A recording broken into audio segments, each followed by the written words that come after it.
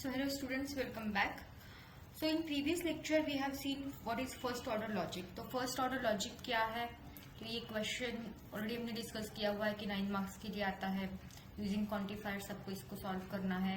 उसके बाद हमने थियोरेटिकली देखा था कि फर्स्ट ऑर्डर लॉजिक क्या है, उसकी क्या नीड है. Then we have seen different components of first order logic, जो कि 6 कॉम्पोनेंट्स है. तो पहला है वेरिएबल, दूसरा है कांस्टेंट, तीसरा है प्रेडिकेट्स और रिलेशंस, देन चौथा है फंक्शंस, फिफ्थ है क्वांटिफायर्स. क्वांटिफायर्स में 2 है, universal and existential, then logical connectives. ये 6 कंपोनेंट्स है किसके, फर्स्ट ऑर्डर लॉजिक के. तो ऑलरेडी हमने ये सब देखे हुए हैं.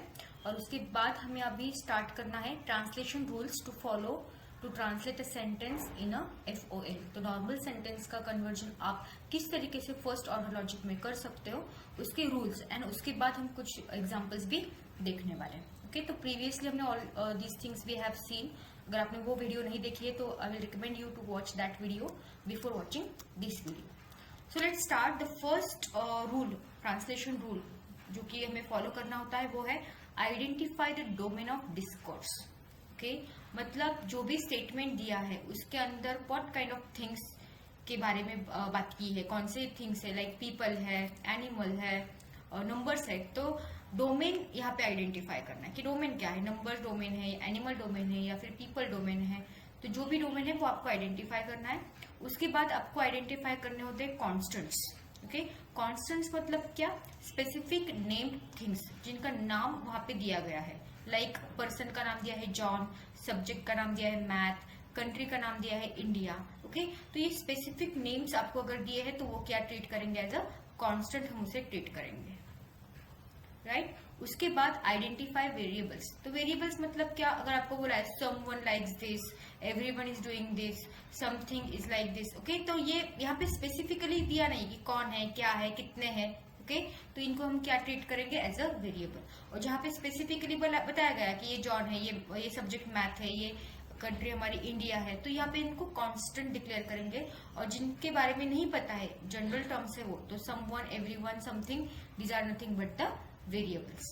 ओके, और उसके बाद हमें प्रेडिकेट्स डिफाइन करने होते हैं based on the properties or relations like is a teacher, likes AI, teaches math. So these are some relationships or we can say the predicates. Okay, तो ये एग्जाम्पल के हेल्प से भी आपको अब अभी देखेंगे. नेक्स्ट है हमारा चूज करेक्ट क्वांटिफायर्स. अगर वर्ड में या फिर सेंटेंसेस में क्या है, ऑल है, देन एवरी है, तो चूज दिस यूनिवर्सल क्वांटिफायर. अगर सम बोला गया है, देयर एग्जिस्ट्स बोला गया है, तो एग्जिस्टेंशियल क्वांटिफायर आपको यूज करना है. 2 ही टाइप्स के क्वांटिफायर्स है हमारे पास, फॉर और एंड एग्जिस्टेंशियल. तो अगर फॉर ऑल है, एवरी है, then we have to use this type of quantifier. अगर सम है, देयर एग्जिस्ट है, तो you have to use this type of quantifier. And after that we have to use some appropriate connectives to join the sentences. Okay, तो आपको ये conjunction कब join करना है, कब यूज करना है, व्हेन कंबाइनिंग कंडीशंस. 2 कंडीशंस आपको दी जाती है और आपको कंबाइन करना है, condition 1, condition 2, then you have to use this conjunction. Then implies when one condition leads to another. Okay, ये कब होगा, जब कंडीशन को क्या किया जाएगा, एक कंडीशन दूसरे कंडीशन के लिए लीड करेगी. एंड नेक्स्ट है आपका negation. When something is not true, तो आपको निगेशन यूज करना है. ओके, वो रिप्रेजेंट कुछ इस तरीके से किया जाता है. Now we will see some examples. Just a minute. Now so first example है हमारा एवरी स्टूडेंट स्टडीज. ओके, तो इसको हमें क्या करना है, FOL में रिप्रेजेंट करना है. नाउ यहाँ पे पर अगर आप देखोगे तो स्टूडेंट का नाम नहीं दिया है. ओके, अगर स्टूडेंट का नाम नहीं दिया है यहाँ पे, वो कांस्टेंट नहीं ट्रीट किया जाएगा. ओके, तो वो क्या ट्रीट किया जाएगा, वेरिएबल्स. और हमने ऑलरेडी देखा हुआ है कि वेरिएबल्स को आप किस तरीके से रिप्रेजेंट कर सकते हो, X, Y, Z, इनमें से कोई भी एक, या फिर इस तरीके से आप अल्फाबेट्स का यूज करके वेरिएबल्स को डिक्लेयर कर सकते हो. तो मैंने X स्टूडेंट के लिए डिक्लेयर किया. Okay, X is my student, और वो क्या कर रहा है, स्टडीज. तो ऑल स्टूडेंट और एवरी स्टूडेंट स्टडीज. तो स्टडीज के लिए भी मैं क्या कर रही हूँ, प्रेडिकेट लिख रही हूँ यहाँ पे, स्टडीज। नाउ स्टडी कौन कर रहा है? आपका स्टूडेंट कर रहा है, और स्टूडेंट को मैंने क्या बोला है? एक्स। अभी इसको प्रॉपर तरीके से अगर मुझे क्या करना है, एफएल में अगर लिखना है, तो आप पहले देख सकते हो यहाँ पे कि ये प्लेन इंग्लिश में इसका मीनिंग क्या है। इसका मीनिंग क्या है? If someone is student then that person studies. अगर कोई स्टूडेंट है तो वो ही क्या कर रहा है? स्टडी कर रहा है। और हमारा जो वर्ड है, हमारा जो यूनिवर्स है, उसके अंदर सारे स्टूडेंट्स तो नहीं है। ओके, सारे स्टूडेंट्स तो नहीं है, तो सम ऑफ द स्टूडेंट्स हमारे पास है। तो अगर हम ऐसे बोल रहे हैं कि जो स्टूडेंट्स है वो क्या कर रहे हैं? वो स्टडी कर रहे हैं, तो हमें क्या करना पड़ेगा? यहाँ पे इफ का यूज करना पड़ेगा। If x is a student, okay, then that person studies, then he studies और दैट पर्सन स्टडीज। इस तरीके से आप लिख सकते हो। और जब आप इफ यूज करते हो तो आपको कौन सा लॉजिकल कनेक्टिव यूज करना होता है? इम्प्लाइज। ओके, तो इम्प्लाइज में हम किस तरीके से लिख सकते हैं इसको? इफ आपका स्टूडेंट क्या, एक्स क्या है? स्टूडेंट है, मतलब फाइनल आंसर आपका किस तरीके से होने वाला है कि स्टूडेंट क्या है आपका? X. X is a student को मैंने किस तरीके से लिखा? इस तरीके से लिखा। ओके, और वो अगर स्टूडेंट है, x is a student, then वो स्टूडेंट क्या करेगा? स्टडी करेगा, स्टडीज एक्स। ओके, और जितने भी स्टूडेंट्स इस यूनिवर्स में प्रेजेंट है वो क्या करेंगे? स्टडी करेंगे, क्योंकि यहाँ पे क्या बोला है? Every student studies. हर एक स्टूडेंट स्टडी करेगा, लेकिन वर्ड के अंदर सारे स्टूडेंट नहीं होंगे, कोई नॉन स्टूडेंट भी हो सकते हैं। ओके, इसीलिए यहाँ पे क्या यूज करना है आपको? इफ एंड एल्स का यूज करना है। जहां पे आप इफ एल्स का यूज करेगा, सॉरी इफ देन का यूज करोगे, वहां पे आपको इम्प्लाइज लिखना है। Okay, why not and over here? Because सारे स्टूडेंट तो नहीं हो सकते ना, यूनिवर्स है, यूनिवर्स के बारे में बात कर रहे हैं हम। स्टूडेंट यूनिवर्स में प्रेजेंट है, वर्ल्ड में प्रेजेंट है, तो यहाँ पे एंड नहीं होगा, यहाँ पे क्या होगा? इम्प्लाइज होगा। तो final answer will be like this, for all x, x is your student and he studies. This is what your final answer for this particular question. Now next question है हमारा, some students like programming. Okay, again यहाँ पे क्या बोला है? Students बोला है, तो यहाँ पे भी मैं वेरिएबल का यूज करूंगी। x is my student, x is a student. Okay, अगर हमारा x स्टूडेंट है, ओके, तो ऑब्वियसली उसको क्या होगा? वो प्रोग्रामिंग को लाइक करेगा। इस तरीके से हमने बोला है, तो पहले लिखते हैं एक्स इज स्टूडेंट। एफओएल में किस तरीके से लिखोगे आप? Student x likes programming. किसको प्रोग्रामिंग पसंद है? एक्स को पसंद है, लाइक्स प्रोग्रामिंग। ओके, और यहाँ पे क्लियर कट सेंटेंस में बोला कि स्टूडेंट्स लाइक प्रोग्रामिंग। ओके, तो स्टूडेंट अगर एक स्टूडेंट है तो वो प्रोग्रामिंग को क्या करेगा? लाइक करेगा, या फिर उसको प्रोग्रामिंग अच्छी लगेगी। That means here and is there. Okay, and कब यूज करोगे आप? जब बोथ कंडीशंस ट्रू होंगी। एक्स इज अ स्टूडेंट, वो तो ट्रू है ही, और उस एक्स को प्रोग्रामिंग पसंद है, तो again this statement is also true. So यहाँ पे क्या हुआ? एंड ऑपरेटर हमने यूज किया। नाउ सम के बारे में अगर आपको लिखना है, तो सम मतलब क्या?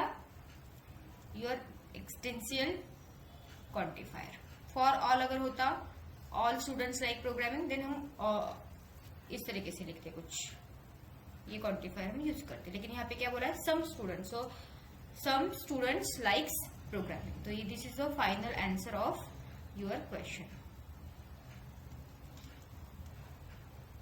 ये आपका फाइनल आंसर है। Okay, no one likes failure. Okay, तो फेल्यूर किसी को भी पसंद नहीं है, तो इस तरीके से ये स्टेटमेंट है। तो इसको किस तरीके से आप लिखोगे? तो पहले लिखते हैं नो वन मतलब किसी को भी पसंद नहीं है, तो यहाँ पे भी किसी पर्सन का नाम स्पेसिफाई नहीं किया, तो एक्स इज अ पर्सन हम कंसिडर करेंगे। जहां पे कांस्टेंट वैल्यू नहीं दी है, पर्सन का नाम नहीं दिया है, वहां पे हम क्या लेंगे? एक्स एज एन वेरिएबल लेंगे। ओके, तो पहले लिखते कि एक्स को फेल्यूर पसंद है और उसको निगेट करेंगे।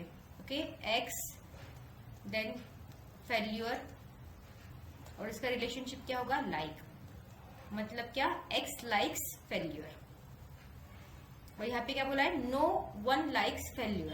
तो अगेन हम क्या बोल सकते हैं? यहाँ पे क्या लिख सकेंगे कि इसको निगेट करेंगे। निगेट करने के बाद क्या आएगा कि कोई भी, मतलब नो वन लाइक्स फेल्यूर, इसको आप क्या करोगे, एक्स डोंट लाइक फेल्यूर, ये इसका मीनिंग हुआ। एक्स आपका पर्सन है, उसको नॉट लाइक्स फेल्यूर। ओके, तो हमें यहाँ पे नो वन बोला है, मतलब सब किसी को भी ये पसंद नहीं है फेल्यूर। तो again for all x likes, no one likes failure.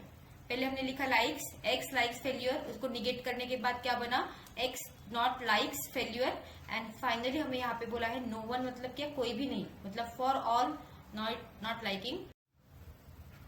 Now the next statement is John loves everyone. Now here एक कॉन्स्टेंट हमें दिया है John. Okay, John loves everyone, लेकिन एवरीवन यहाँ पे बोला गया है, यहाँ पे कोई स्पेसिफिक पर्सन नहीं दिया है।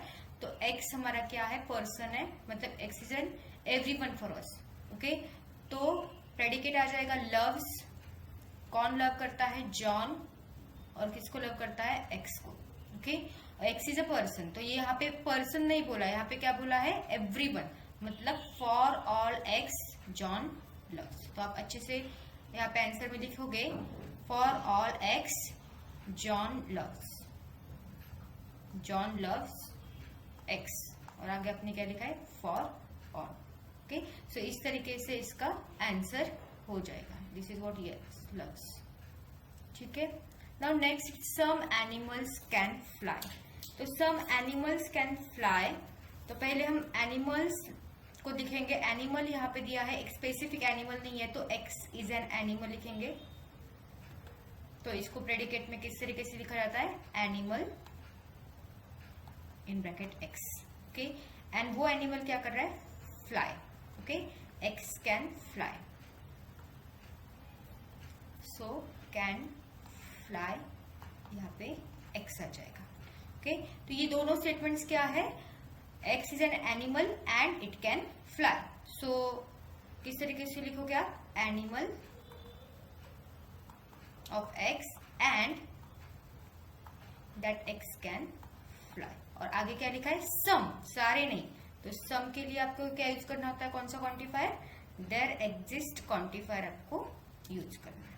ओके, सो इस तरीके से आपको क्या करना है, आंसर फाइनली इसका लिखना है। So in next video I'm going to solve some complex statements. Okay, these are some very basic statements or sentences. Now in next lecture we are going to cover some 10 more complex sentences, so you will get easy notes or easy rules to convert it. Okay, so thank you for watching.